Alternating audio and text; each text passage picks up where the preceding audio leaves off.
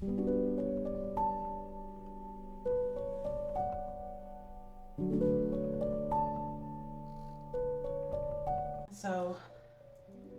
you are here in the office. How was it seeing Sheila? It was it was good. You know, just 20 something years. I mean, her and the other staff member, new staff member that she was in there talking with, introduced myself to him. And the three of us having a like journey. We kind of just said, I felt my responsibility of saying, who I am and the journey we've picked for our stories. So the tangibles, I can't do nothing about the past. I can do something about take care of the past, but the present. So in the present, I'm seeing her. She's still Sheila. Yes. Nails, hair, Outfit, head to toe. yeah. Just like she always on fleek. it was just the embrace was it was one of those embrace where it comes from a person that loves you, a person that's been praying for you, a person that know you. It wasn't just a let me give you a hug and pat on the back. It was a embrace. It was heart to heart, soul to soul, that kind of hug. It was good seeing a connection. It was a connection. She been asking me all week, when Miss Black come to the office, and you've been here. You've been here multiple times, and you've seen people, and I just realized, oh, he ain't seen you yet. She's like, no, I haven't seen him. I said, do you need him? She said, I just want to hug him. I said, he'll be here Thursday. And she said that evidently she told you that. She said she's gonna be here once, she's gonna stay, and she got a hug. She said she was was head not up leaving. and down. Like, Yeah, he's fine. And like, man, You look handsome. yeah, hey, you look pretty. Thank you. So how's your day been? Good. We had a pretty good staff meeting. I heard. I didn't lose my temper. That's good. Yeah. I didn't curse. That's good. Yeah. So I think it was positive. That's good. Yeah, and then I've had meetings afterwards, After staff meeting, you got a line of people who want to see you, but it's been good. It's been productive today. Good. Yeah. Good. We had some of this conversation this morning, and you agreed that you're gonna do these shows with me. That this is our show because it's really about us. Okay. I heard the S, the plural. You said you agreed to this one. You didn't say nothing about it. I'm just now that I got it. I can do the plurals. We can shake on the plurals. We can shake on the plurals. I'm like I told Sheila and the gentleman, I'm on cloud joy. I don't have wings. I'm not soaring. It's like I'm air. It's like I'm the breeze. With the breeze is the element of breeze, the element of wind. Air, wind. It lifts the wings. So without the wind and air, the wings don't work. Yeah, you short distance, you come down. But like the eagle, he and she can fly the highest to space. And the air lifts, the wind lifts, and they just soar. They soar on the wind. That's what I'm at. So I'm just stuck on joy. So that's good. And I love you say it's right now. Yeah, the tangible. I'm in the moment. It's in the moment. Because here's the thing about the moment. My test, your test, everybody's test of life started over this morning. With grace and mercy. New slate, new test, new pencil, new pen, whatever you're gonna use, new drugs, new application, whatever this test is gonna be for you today. I knew for me it was Social Security. It was getting that part. And so that test started with my mindset preset from last night. But when you interject and also sharing your praying over me, praying. Yeah, you all, I woke up this morning and you all know my peace ritual. And so, and worship. I have worship music playing. And so this morning I was listening to, after all these years, it starts out in the morning when the mercies are new. At the end of the day, when the day is done. And in the middle, when I have to remind myself that you're still good. And I turned around and I looked at Black and he was asleep. And I just was so thankful that God is still good. You know, I was able to appreciate that he's alive. Yes. And that he is home. And I was just praying, and I started praying from his toes up to the top of his head, and he woke up because when I came over there, the dogs jumped on him. Yeah. They ran, and so that woke him up. And I wasn't trying to disturb him, but that's what he's referencing. So. Yeah, and it wasn't a disturbance, but it was also the connection that we have. Mm-hmm. So being in the moment, being present, the tangibles, and I think one of the key things that I heard you say about energy and relationships this morning is that when I was sharing with you the journey I just had, when you're put in an environment that is built to perpetuate, built to tear down your soul, your mind, your body, to trap you, and to be in an environment like that and stand up, head up, shoulders back, and say, God, you lead me, I follow. I know where I'm at. Mm-hmm. This is not a game, this is not a joke. I appreciate that you described it as a place that is full of negative energy. Yes. Combined negative energy. Not so much just the negative energy, but the demonic spirits that is attached to. So think about this. The prison that I was released from, not only was it a prison that released me from doing my time when it was completed, but prior to many years ago, it was a psychiatric ward where people went there who was hospitalized and that lost their minds and lost their, that grounds in which that place was bodies on multiple bodies. These bodies that was never claimed from the psych wards was buried on that site, on that side of that mountain. Of course, they've been removed now, but see again, when you think of that, look at the history. Look at the history of the devil. The prison system. But still, the devil uses gateways and doorways and all kind of elements to test us or get us to play. At one of the facilities I was at, there used to be a dark mass, literally a cloud with inside of a facility. Like this is a building inside with lights. The building. Inside the building, in lights, but the mass was covered and moved throughout. But as I was also sharing briefly with Miss Sheila and the gentleman, is I would already have my path set in which way I'm gonna walk, and the cloud will move. When there's time to sleep, the cloud will move. So back to what I was saying that about mean you influence the darkness. And so the connection this morning with you saying energy and relationships, we have to be tuned into our right now, our current circumstances, and they may not all be great, but to say my eyes are open, I got air in my lungs, for those who can use their limbs or, but still to just know that I'm alive. You can choose to hold on or play with the dark energy and let it take you. And what it's going to do is take back and take you from today back to all the other negative things that have impacted you in your whole entire life. And it comes back right here, right now, as if it never left you. I have no room for that. God has given me the energy and has given me the skill and the discernment to say, devil, you're a lie. I can't go past tomorrow. But today starts anew. Yesterday is gone, so don't take me back no past than yesterday. And okay, God, you want to, because see, here's the thing with me, my story, is that once I was incarcerated and then went into the system, have never been in the system. You've been in other systems. I've been in other systems. You were in a broken school system. I was in a broken school system, but follow me.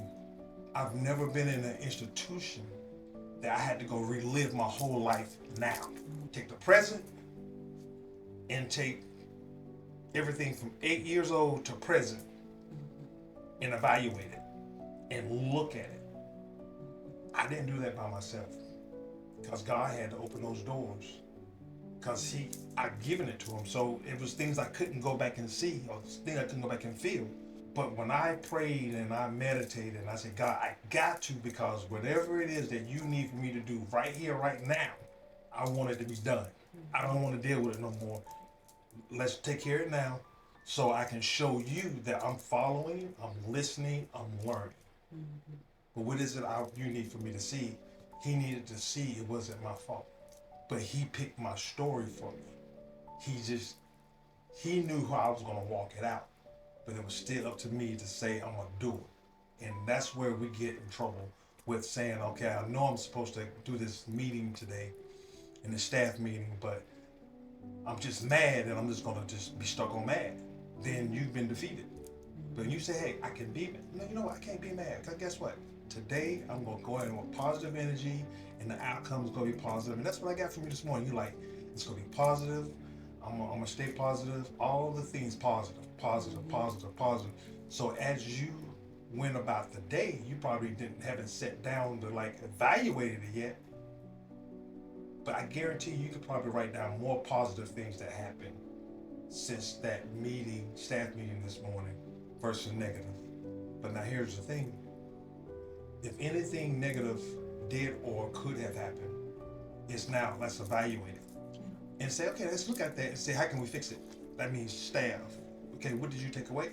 Now we can tap into fixing those things. I wake up every morning speaking positive. Yeah. Yeah. Wanting positive. Yeah. And then I encounter something that shifts energy. You know, what I was saying is I wanted to talk to you and have us talk today about energy and relationship. I wanted to talk at the staff meeting about energy and relationship because that is a foundational part of life. Yeah. You know, we described energy. How do you describe energy? The air, the wind, that's all energy. Man, for me, energy is the sound of water. Anything God has created is energy. Really looking at the grass is energy. The leaves, the sun, the moon. These are things that you know for a fact that it's not man-made. Right. But we pay light bill.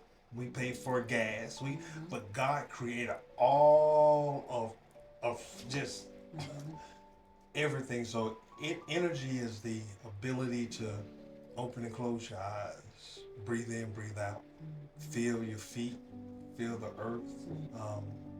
Energy is life. It's life. It's power. Yeah. Yeah. It is the ability to move. You know, and man tries to create life, but it's artificial. That's that artificial intelligence, artificial beings, clones. That part, what you just said made me when I jumped because it was like what energy. I'm walking. Let me see your phone. I want to Google the definition of energy Okay. while we're talking. But listen, and so when you said that energy, I would get up in the morning and I would be on my bunk. Yeah, that's what. How did you maintain energy? So I would get on, and so that's what it just hit me. So I wake up. Once I wake up, everybody's asleep. I do my thing. I go down and I do my blood sugars in the morning. I'm type 2 diabetic, so I go down and get my insulin. I may go eat with special diet. I come back, everybody's still asleep. So they haven't did morning count yet. So it's not 6 o'clock yet. So the shift haven't changed. So the system hasn't woken up yet. But yet it hasn't gone to sleep neither. So the energy doesn't sleep in prison. That's one thing. It's 24/7. 365 days, that energy is plugged in. The lights will never go out. That's one thing. Because I understood it and I knew that, it's going to go out for me because I don't need for it to go stay on for me. Once I'm gone, click, turn it off, I'm good. But here's the thing. You knew how to turn off but here's the to thing, have though. your peace. But here's the thing. As I got up and then the others got up, I took my energy and I my armor. I put my helmet on. I put my chest plate on. I get my shield. Get my sword. I get my belt. I get my boots. So I got my armor on, and I navigate. So that means if I'm walking to chow hall and there's something going on, I shift. I get close to the fence. If close to the fence something going on, you shift. You go to the other. So if I need to turn around and go back the other way and go around. So again, anything dark, energy wise, God gave me the ability to see it and to navigate it. But here it is too. He also allowed the darkness to come to me so that I can help some of those who had questions about how and why am I shining? How and why am I walking the way I'm walking?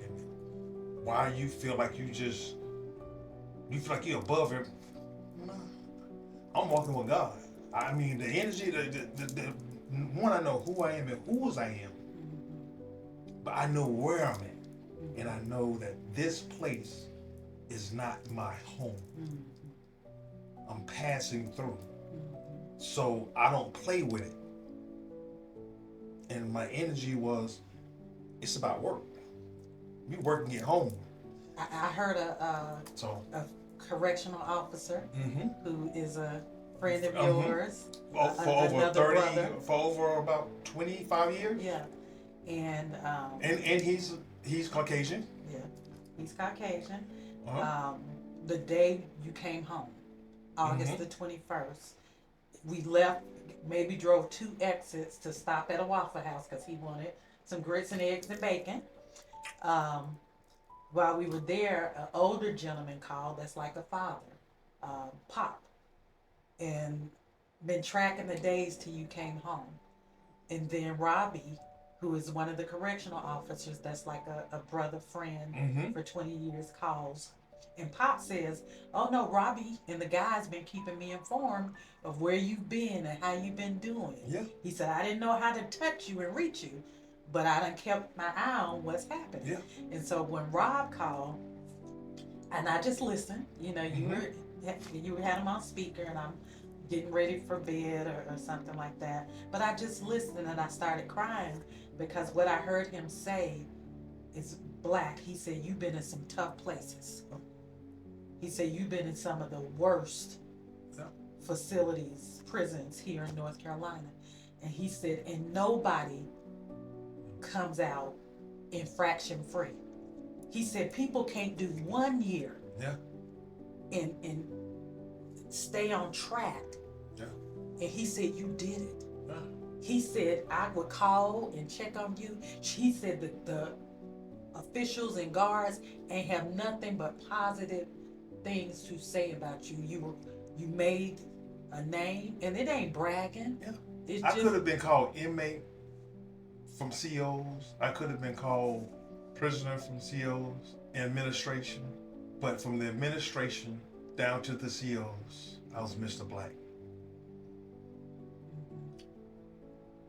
I earned it. How I treated people, how I respected their job, how I prayed for them, thanking them for watching over me, making sure I get my medicine in the morning, humble. And they were the ones that had the key to let me out.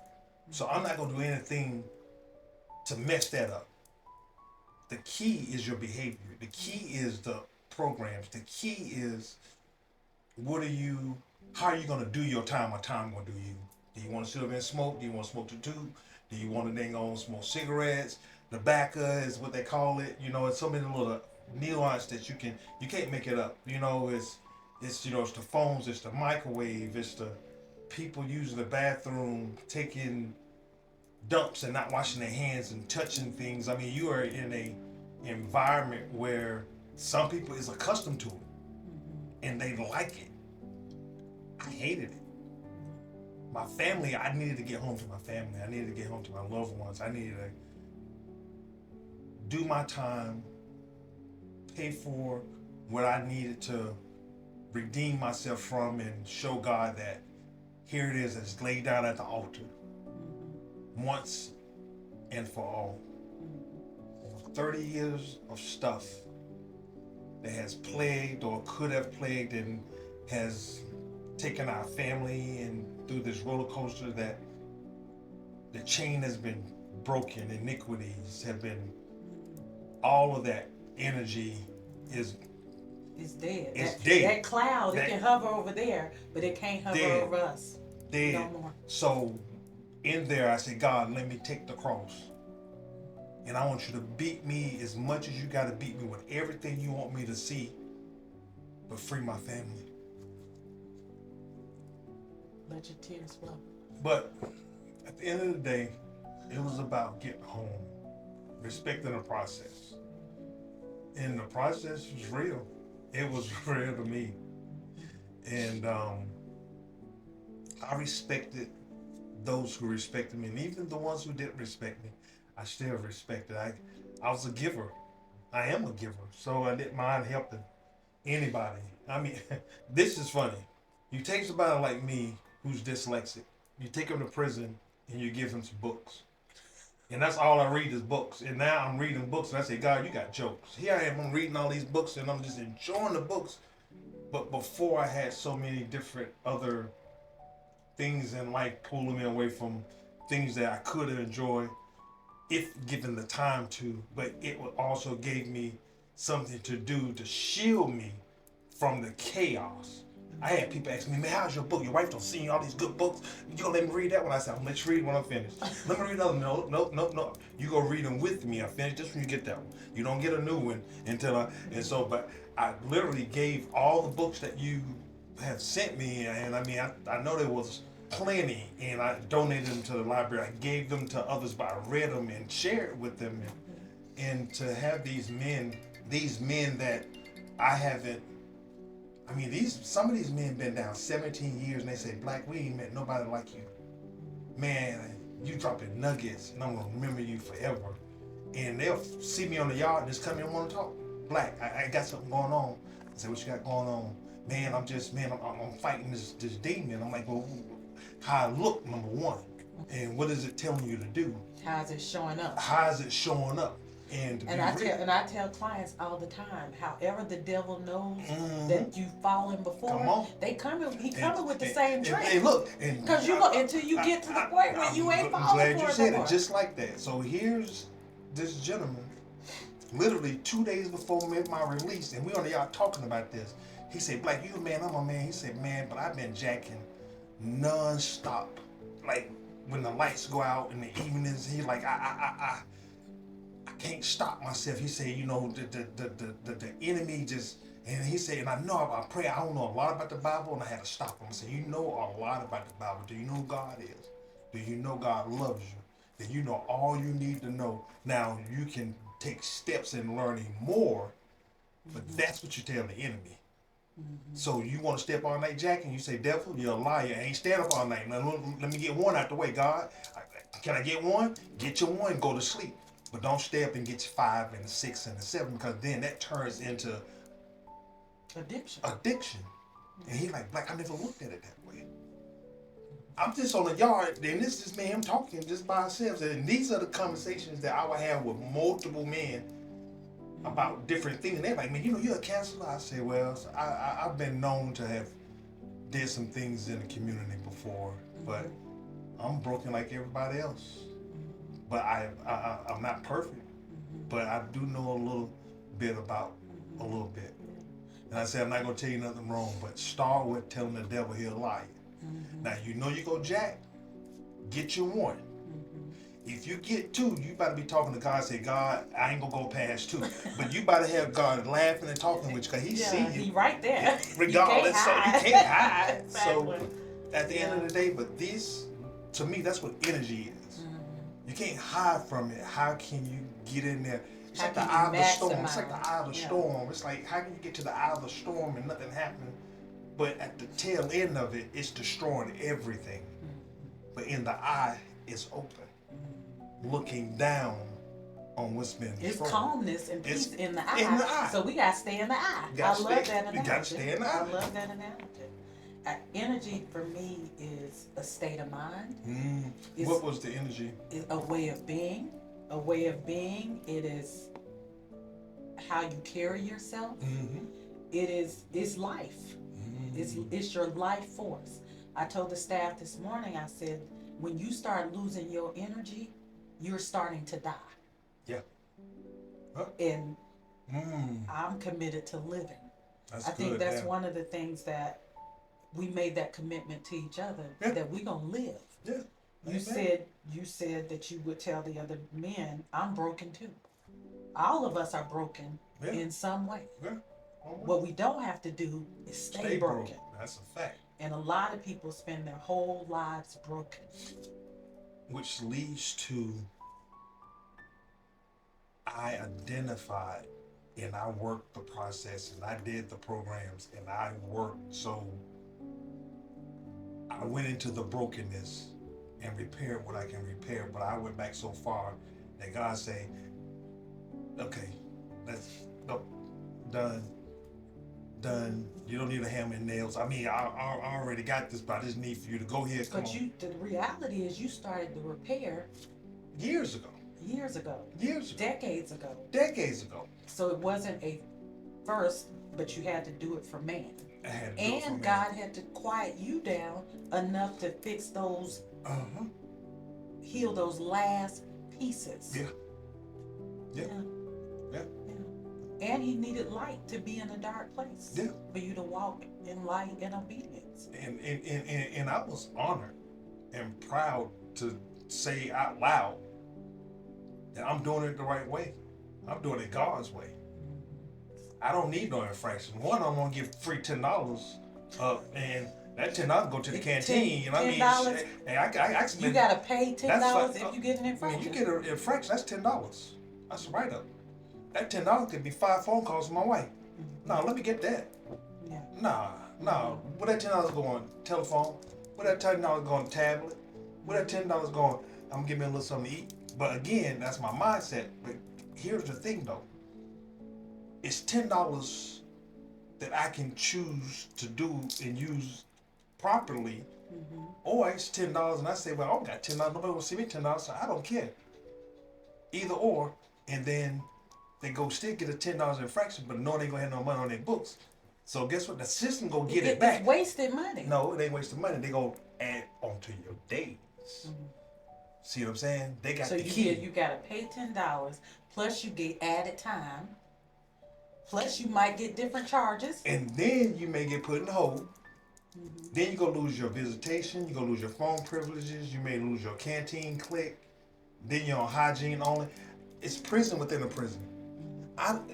One thing that really used to make me cringe, a lot of things, I mean, I've seen some horrible things in there, and I've seen God in there as well. But to see grown men get handcuffed and locked up while you're in prison. You're already in prison, but then you go lock me up again while I'm in here? To me, I had problems with that. So I didn't want to be one of those ones. So I say, God, what do I need to do? Don't do this. They ain't that not perfect. But I'm already humiliated enough. I've been shackled like a slave, brought here. So I'm already now attached to my ancestors, the 2-step, 3-step that you can only take. And if you fall, the only thing going to stop you is your face or the front or the back of your body, because you can't catch yourself. You're literally shackled, hands to waist, from waist to feet, and you on the mercy that the angels around you are just helping you each inch. Please don't fall. Please don't fall. So that was my, but every step was. And you got foot and hand issues. So, and then they don't care about this one. And so you get some COs that just in transportation, they just clamp it down. Like, you cut on my circulation. This hand doesn't move or bend. So I just have to just pray that the ride just give the mercy. Like, they got the key. But they have the key that they can operate. But we have the master key. Yes. So they tangibly use their key to open and let me out. Yeah. But I went to the key maker. Yeah. That's good stuff. And say, hey, this is what I need to do to get through that gate. Yeah. And so And so many times you would tell me about somebody going home. Yeah. And you would say 3 weeks later, they back. Yeah. A month later, they're back. I was in the bullpen, and the bullpen is a place where 2 times a week, multiple times a month, triple within a year, is you take all the institutions and everybody in these institutions who are moving on that day and put them on a bus, and you take them to one place. So you think of a bullpen and you put all the bulls in there and they just running around and they just in there and they in cages, and you just keep stuffing them in there and they in cages and you keep stuffing them. That's the bullpen.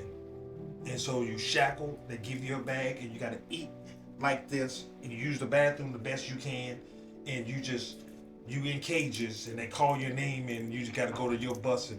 But while you're in that cage, it's something that you said that made me think of that. But it's I kind of lost it, but it's almost like you, like how, like, oh my God, they take me and they put me here, and I got to sit here like an hour, almost 2 hours before you get back on the bus, and then you don't know how long your ride gonna be to your other place, and you take somebody. Because you don't really know where you're going. You don't. And I know what it was. And so, the last time at the bullpen for me, one, I'm shackled. I said, God, please let this be the last time that I'm shackled, and I'm just ready to go. And what do I need to do? 3 people. Black, that's you. I said, what? Man, Skip, man, what's up? Man, they violated me. I said, hold on. They or you violated yourself? He said, man, I had to go to see my cousin, man. My cousin was sick, man. I said, man, come on now. Come on, you talking to me. I ain't do my hand like that. I said, but you talking to me. You know what I'm saying? It wasn't no dap and everything. I said, yeah, nah, man. Yeah, I went to my cousin's house, man. I went and got tore up, man. And was that part of your release?